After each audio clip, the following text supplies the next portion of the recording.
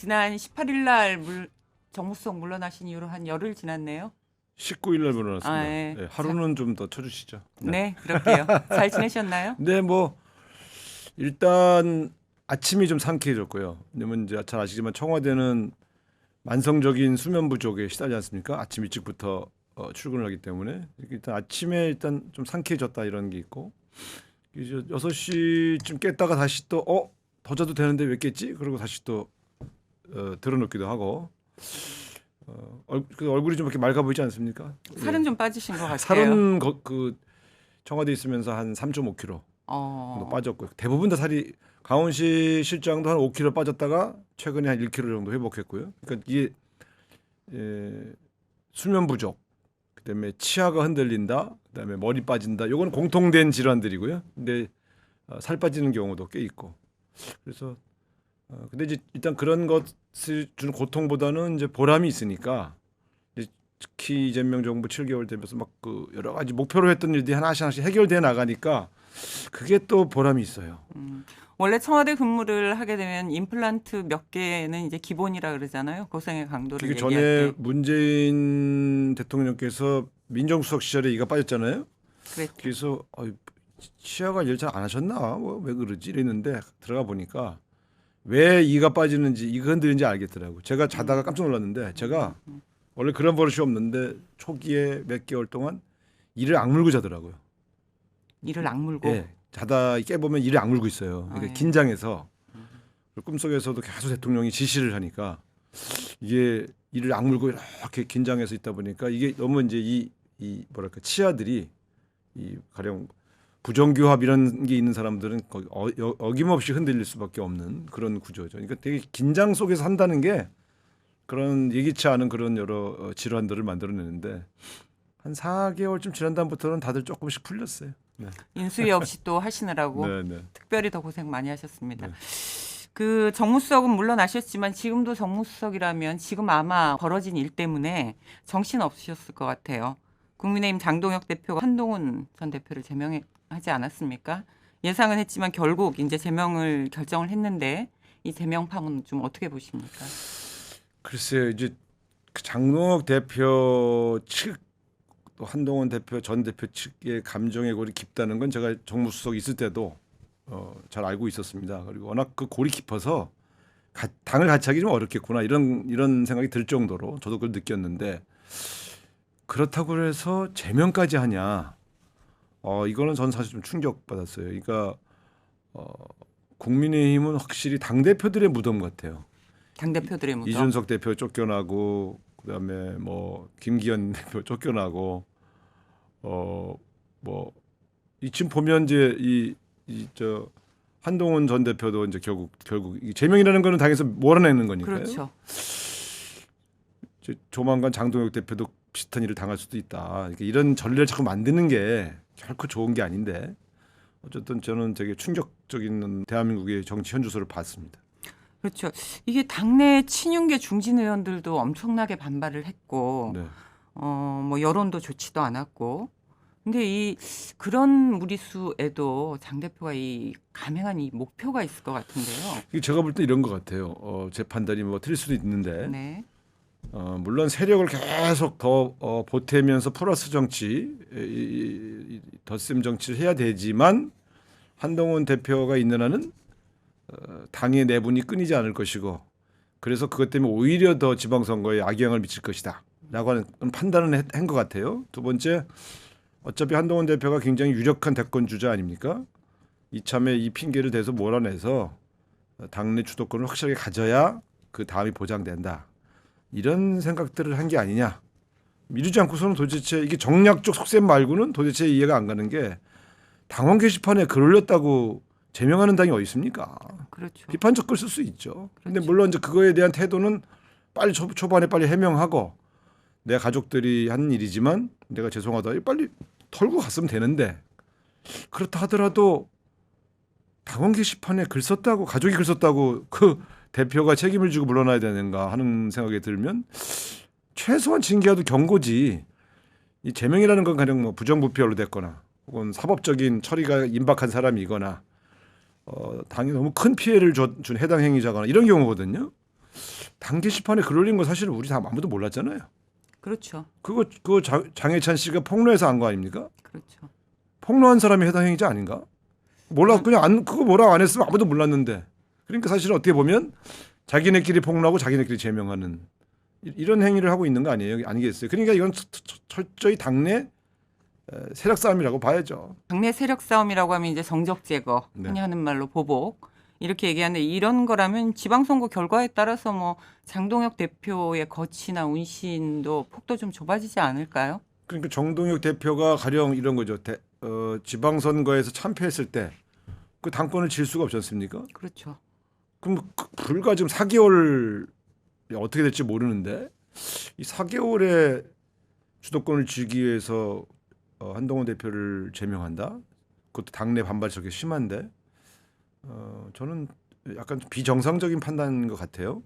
근데 이게 보면 그쪽 내부 얘기를 들어보면 감정의 골이 너무 깊어서 감정의 골이. 예, 같은 당을 하기가 좀 어렵다고 그러네요. 같은 당을 하기 어려우면 한동훈 전 대표는 좀 어떤 선택을 할 수 있을까요? 정치를 그만둘 것 같지는 않고. 장동혁 대표 측의 저 행위가 옳지 않다는 것을 계속 프로파간다 하겠죠. 그래야 본인이 살 수 있으니까요. 그렇죠. 다만 다가오는 선거에서 그럼 승부수를 던질 거냐? 그건 당선 가능성이 높을 때만 가능한데 지금 보면 이재명 대통령의 지지율이 매우 높고 그리고 더불어민주당은 계속 덧셈 정치를 하고 있단 말이에요. 그러니까 구도를 훨씬 더 크게 잡아나가고 있고 저쪽은 반면에 구도가 깨진 거라서 대통령의 지지율이 높고 야권이 분열되었을 때 과연 무소속으로 출마해서 당선될 지역이 있겠나. 그런 측면에서는 승부수를 던질 지역도 마땅치 않아 보여요. 물론 국회의원 재보궐 선거가 좀 있기 때문에 그래서 저는 조금 더 고민을 해보시겠지만 어쨌든 당 바깥에서도 당을 위한 토쟁은 계속한다. 이건 기본일 거고요. 당 밖에서도. 네, 그다음에 당 안에 있는 친한계의 조직들이 계속해서 이 문제에 대한 시정을 요구하게 하고.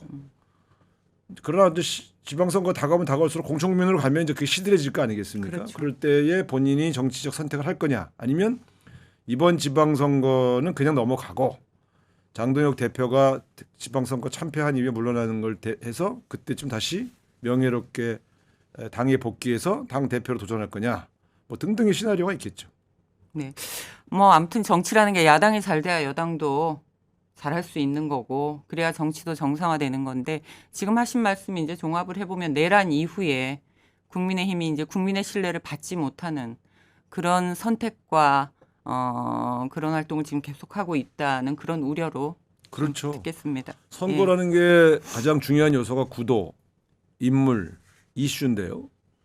지금 구도에서 보면 어쨌든 지금 여권은 계속해서 이 구도가 중도 보수까지 포섭하는 정도의 외연이 확장돼 있는 상태입니다. 사실은. 그래서 지지율이 지금 60%대가 나오는 거고요. 대통령 지지율이. 그다음에 정당도 45%. 저 굉장히 높은 지지율입니다. 정당 지지율이 지금 같은 정치 불신 시대에 40%대가 계속 나온다는 건 외연이 그만큼 확장돼 있다는 거죠. 그런 반면에 국민의힘은 지금 계속 쳐내기 정치를 하고 있어서 지지율이 22%, 18%로 해서 22%를 왔다 갔다 하는 게 악수건이죠. 사실은 우리나라의 보수 세력이 그렇게 적지 않거든요. 최소한 35%입니다.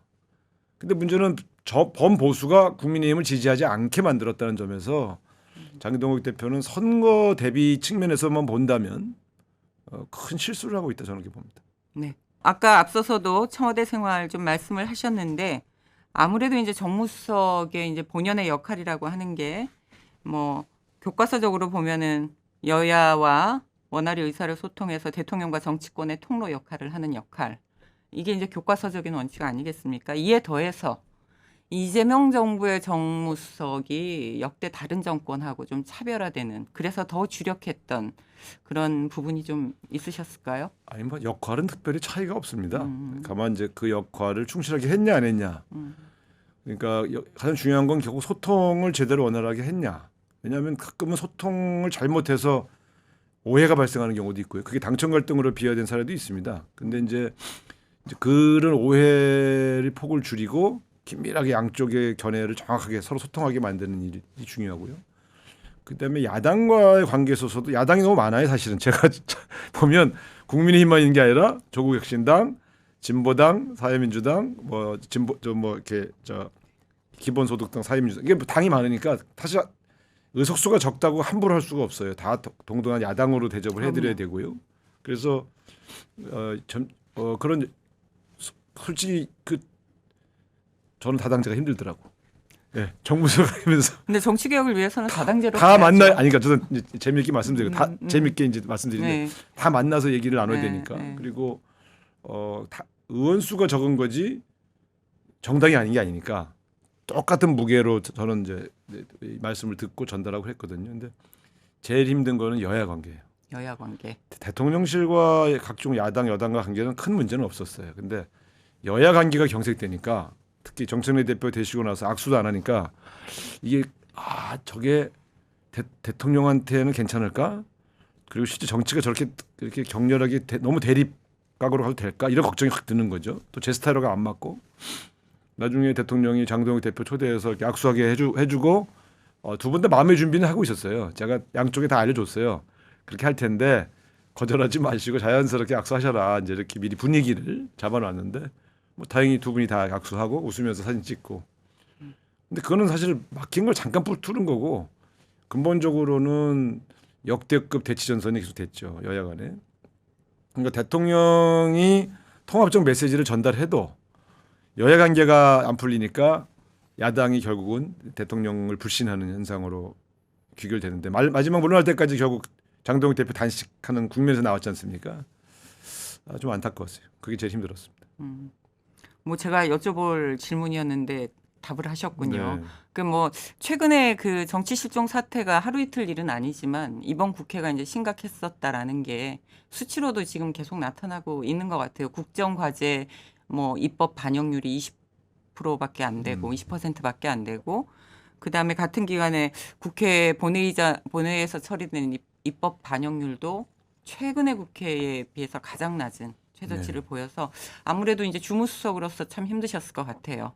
근데 여야 관계는 제가 개입할 수가 없어요. 그러니까 제가 여당 지도부한테 야당과 대화해라 이렇게 강권할 수도 없고 저는 대통령과의 각 정당과의 관계만 잘 풀면 되지 여야 관계를 푸는 것까지 제가 나서서 이래라 저래라 하는 건 간섭이거든요. 당무 개입이고. 그래서 그건 할 수가 없는데 지켜본 사람 입장에서는 민생 법안 같은 경우는 좀 처리해 줄 수 있는 거 아닌가. 다행히 이제 지난주에 본회의가 열려서 한 90개 처리했습니다만 저런 비쟁점 법안까지 정쟁의 희생물이 되어서 처리 안 될 때는 좀 괴롭더라고요. 거기 시급한 법안이 꽤 많이 있거든요. 근데 저희가 야당일 때는 사실 비쟁점 법안들은 대부분 처리해주고 쟁점이 되는 법안을 가지고 주로 싸웠는데 비쟁점 법안조차 필리버스터 대상이 됐지 않습니까? 제가 가장 이해할 수 없는 게 야당이 발의한 법안도 필리버스터 대상이 야당이 필리버스터를 한 걸 보고 정쟁이 극한 대로 가면 이런 일이 생기는구나. 자기들이 발의한 법안도 자기들이 필리버스터하는 그런 걸 보면서 어쨌든 이게 막힌 거는 좀 풀어야 되는데 가끔 경쟁하면서 까당까당 할 수는 있지만 최근 4, 5개월, 6개월 내내 대치 전선이 이루어지니까 좀 국민들이 많이 피곤하셨을 것 같아요. 정부수로서 그것까지는 참 문제를 해결 못했습니다. 쉽지 않은 과제고 네. 또 뭐 이유를 따지자 보면은 뭐 한두 네. 가지가 아니겠죠. 아무래도 내란 이후에 진행된 첫 정권이었기 때문에 정치도 훨씬 더 그 문제를 둘러싼 대립이 아니었을까. 그래서 김건희, 윤석열과 그 잔당들이 뭐랄까 재판에서 유죄가 확정되면 그 다음부터 좀 풀리지 않을까. 그래서 전 지방선거 이후부터 이후 가야 여야 대화 국면이 열리지 않을까 그렇게 예상합니다. 잘 아시겠지만 한국 정치가 이게 장담한 대로 흐르지가 않잖아요. 그래서 아니, 대화를 좀 했다가 또 네. 그러니까 지금처럼 아예 대화가 안 되는 국면은 사실 처음이에요. 그렇죠. 보통 대화가 됐다가 뭐 한번 붙었다가 이런 식으로 약간의 그 사이클이 있었거든요. 지금은 내내 그냥 강대강으로 한 5, 6개월 왔죠. 참 안타까운 상황입니다. 그럼에도 불구하고 뭐 워낙에 조정자 역할을 지금까지 정치하시면서 해오셨으니까 그런 또 비법이 있으시면 후임인 홍준표 수석한테도 잘 전해주시고 수석도 잘할 겁니다. 네.